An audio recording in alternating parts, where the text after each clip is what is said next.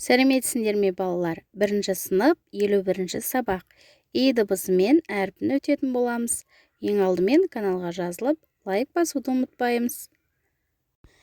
Сонымен балалар, сабағымызды бастайық. И дыбысы бізде дауыссыз дыбыс екен.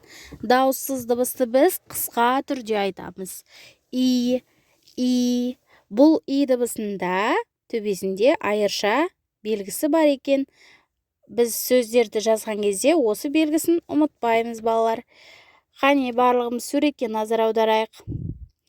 Біздің суретте балалар нені көріп тұр балалар? Балалар айды көріп тұр, иә? Бұл жерде астында мәтін берілген екен, мәтінге назар аударамыз.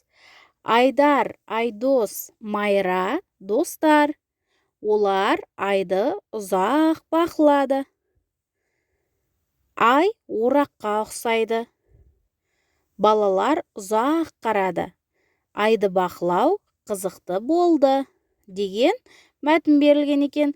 Бұл жерде бізде и дыбысы кездесіп тұрған сөздер ай екен, иә? Ай сөзі қандай дыбыстардан тұрады екен?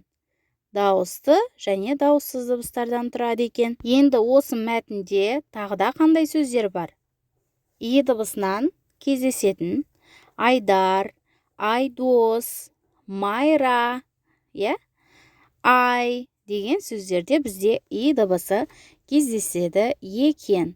Балалар, енді қарамен жазылған сөздерді жақсылап оқып, буынға бөліп оқып және тұтастай оқып, өзіміз оқимыз.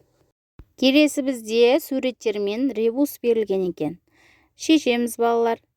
Бай, орақ дегенде о әрпін алып тастап, бірақ деген сөзді қосамыз. Сонда байрақ сөзі шығады екен. Байрақ сөзін буынға бөлейік. Байрақ. Сонымен байрақ сөзі екі буынды сөзден тұрады екен.